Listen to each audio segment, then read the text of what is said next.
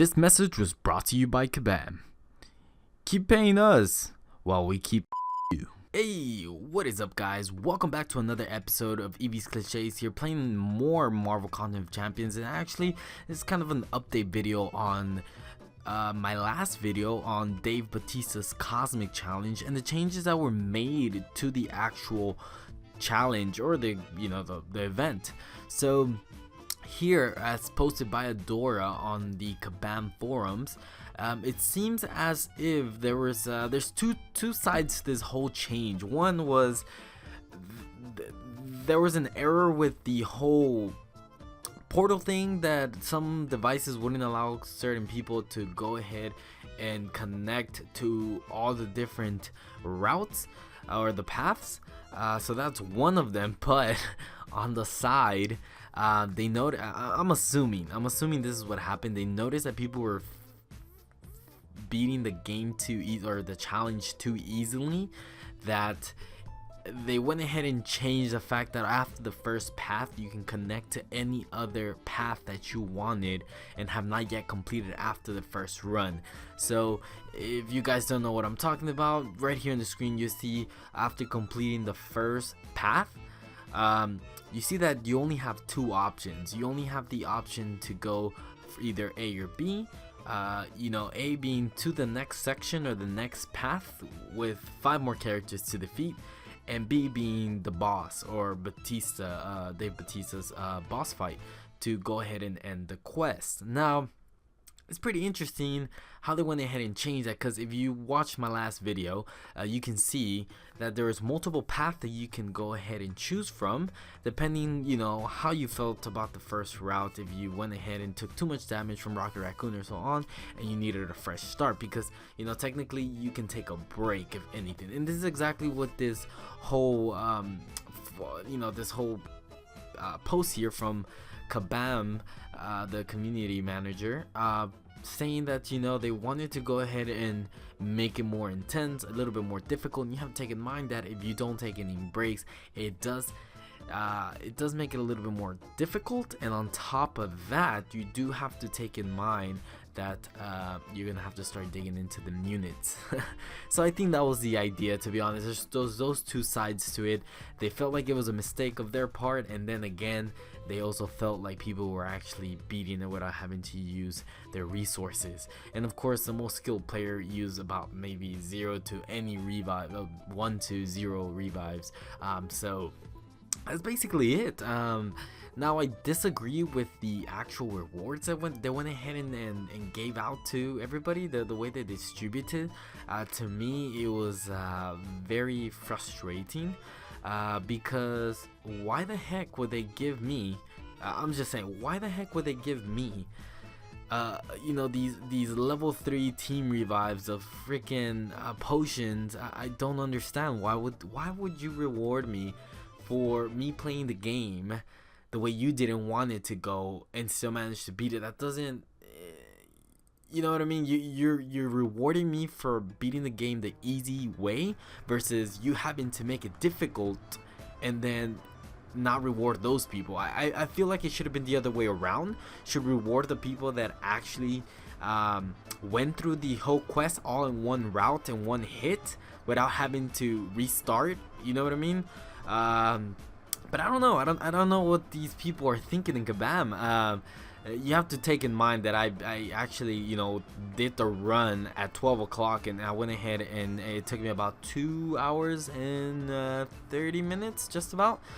So I went ahead and tried for the Legends run. Now, the confusing part to many would be this section here, where it says they will be making an adjustment to the Legends time attack. They do say that the top 100 will be based on the fastest 100 after this change occurred. This will be the baseline for top 100 players that started the Legends run prior to the change. Will be considered bonus. So if they have faster times than the post-change top 100, they will be added as a bonus winners, up to 100 bonus winners. Of course, as parenthesized, that means that up to 5 more top 5 prizes and up to 100 total top 100 winners, provided they are faster. So yeah, it's just I don't know. To me, it feels like they might be 200 winners, or only about, yeah. So that's gonna be the top bonus winners, and the regular top 100. Post and prior to the change. This is what I'm understanding, and if you guys are confused, hopefully, I don't know if you agree with me in the comment section below. Do go ahead and provide your thoughts. I've been reading some of the comics on the forum, and it's quite confusing as well to what they're saying. A lot of people are just fighting amongst each other, complaining, and it's okay. I mean, everybody has their own opinion on this, and this is me voicing mine. But yeah, guys, so as you can tell on the screen there, so we're gonna do some gameplay now, and then see what you think about it, and I'll show you kind of like the teams that I've actually been able to play around with. There's a lot of people, of course, online that have been suggesting all kinds of different teams to go ahead and defeat this. And if you are gonna be still going for the Legends run, because of course, the only thing that I like about this event is that people that actually really want to go ahead and give a good try at the Legends run can anytime throughout the month. So you guys that still have not started Dave Bautista's Cosmic Challenge, you can go ahead and spectate, look at all these YouTubers videos, and then go ahead and give it a go by yourselves with full knowledge about what's ahead, and then go ahead and guarantee yourself a Legends run, granted you have the correct characters to go ahead and take on the challenge. So we're gonna be jumping on to some gameplay, and I'll show you the teams that I have, and the team that I chose on this second run with the update, and kind of take a look at how I fight against these, so you can kind of be better prepared and kind of expect. Of course, these teams are going to be surrounded or based on magic. So if you guys have a 4-star 5-type magic, fully ranked to rank 5 or rank 4 depending on your the star level, then you guys are gravy. So if you don't, of course there's other ways to go around it. These characters are not the toughest, but yeah, do take in mind that Spite is still a bitch. So yeah, so let's jump into it and then see what you guys think. Alright, here we're just gonna be fighting Groot. Went ahead and sped it up. Of course, you noticed already about 1.5 speed there, but yeah, we're just gonna be stunning a lot of stun, playing very defensively, just because it's Groot. I don't know, so it's just something about Groot. Just waiting up to those SP2s, and of course you guys know that with Mystic Dispersion, which I do currently hold on this setup here, with every buff that my opponent upon expiration of their buffs, I do get a whole bunch of power bars there. That's why you see that going up so fast. On top of that, I do have the power gain team working with me hand in hand, so I did took a good amount of damage there, but of course you guys do notice that Limbo does its work. All the damage that I do take throughout these all these gameplays here is basically all block damage.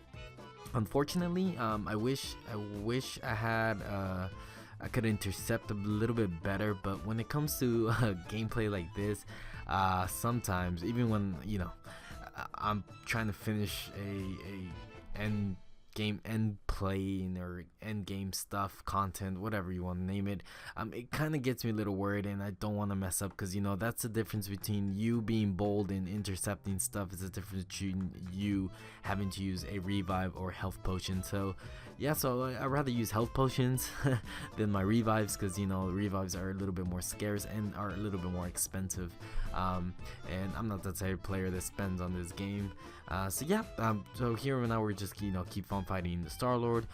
Star-Lord is quite easy. He tends to use his heavies way too much, as you can tell there. I did have a bad experience, if you guys notice that I keep backing up on those heavies there that he uses on me, just because of the fact that on the actual Legends run, for some reason they kept glitching out, and he actually ended up hitting me on his second little burst there. Man, it was so frustrating. So yeah, I just got a little traumatized there. So yeah, we're definitely still stunning, building up to SP2.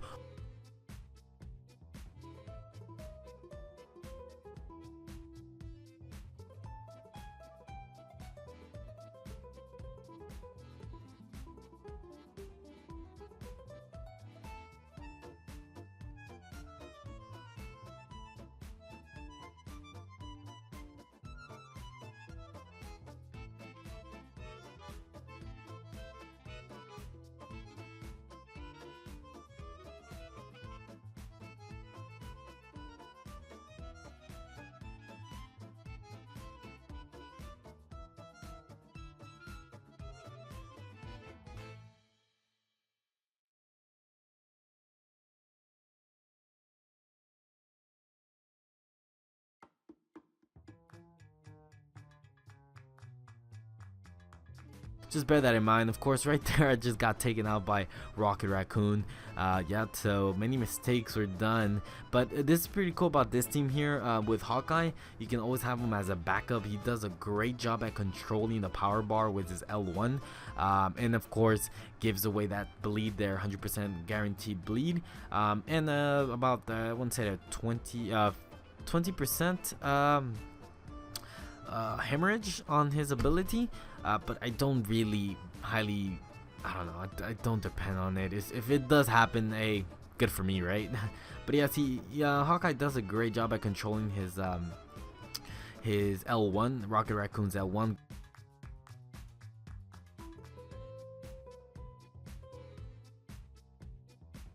Alright guys, so on this part here, you'll be able to see a different type of power game team, and I believe it's the most efficient one if you want to base your whole team around magic. So of course you have a double Daredevil for both the 4-star and the 3-star, and then you have a Black Widow there with a 4-star Elektra. So here you do see that you have a 5 power gain there, plus another 5 equals about 10 there, and then with the 3-star giving them a 4% power gain plus another one for Elektra, giving you a total of 8. You're currently at 18, and then finally with Elektra you get a 5% bonus plus a crit ratio there, but at 18 plus 5%, you're looking at a 23% power gain, the most that you will receive out of any power game team here in the game so far, as far as my knowledge. But yeah, you get that bonus of crit damage, which is pretty neat. So if you guys want to see some of that in action, I can kind of show you exactly what I'm talking about as far as the damage goes. One particular thing I wanted to let you guys know, that these little boxes here, the ones that you see right there, those do contain 4-star shards if you guys are interested. But yeah, definitely a grab. As you can tell on the first path there, you only have you have 2 boxes of the 2-star variant.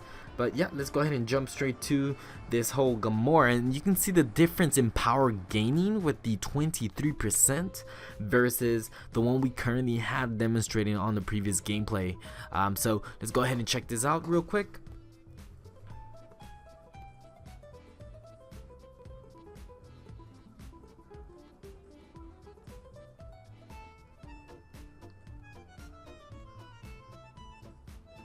You can definitely see that we're gaining about the same power as my opponent is as we're striking her, which is pretty cool. I really enjoy that very much. As you can tell, that's a powerful thing about limbo. Like you can make mistakes, and during the whole limbo process, at the end of the limbo process or timer, you actually receive your whole health back. It's so powerful. Of course, you guys can see how easy this is with this whole power gain. It comes really helpful whenever you're facing Rocket Raccoon. Quite easy there. It only took us 39 hits. Well, actually more than 39 hits. Alrighty then, this brings us to the end of this episode. I would like to end this one by saying thank you so much for the consistent support many of you have demonstrated through these videos. You people are awesome. But other than that, if you enjoyed this video, do let me know down in the comment section below. And if you would like to help me out sharing this video with your mate or friends or whoever, would do me a solid. I do want to go ahead and say thank you so much for 200 subs. I realized so far we're at I want to say 205, so welcome to those additional 6 that completed the 200 subs. It's freaking awesome. I cannot thank you enough. For a small timer like me, it really means a lot at the moment, and it will continue to mean so much in the near future. But yeah, welcome to the channel, and I will try my greatest to constantly be improving the content that I provide here. And of course, like many of us, if you guys want to keep up with the latest in Marvel Concept of Champion, we're gonna keep trying to bring you the best here. But yeah, definitely looking forward to what this channel will have to offer, and as a community that we are, I would like to go ahead and just keep improving as a whole and constantly communicate with you guys. And if you need any help at all, do let me know in the comment section below. Do follow me on Twitter. I do have that link below, so don't hesitate to contact me through there as well.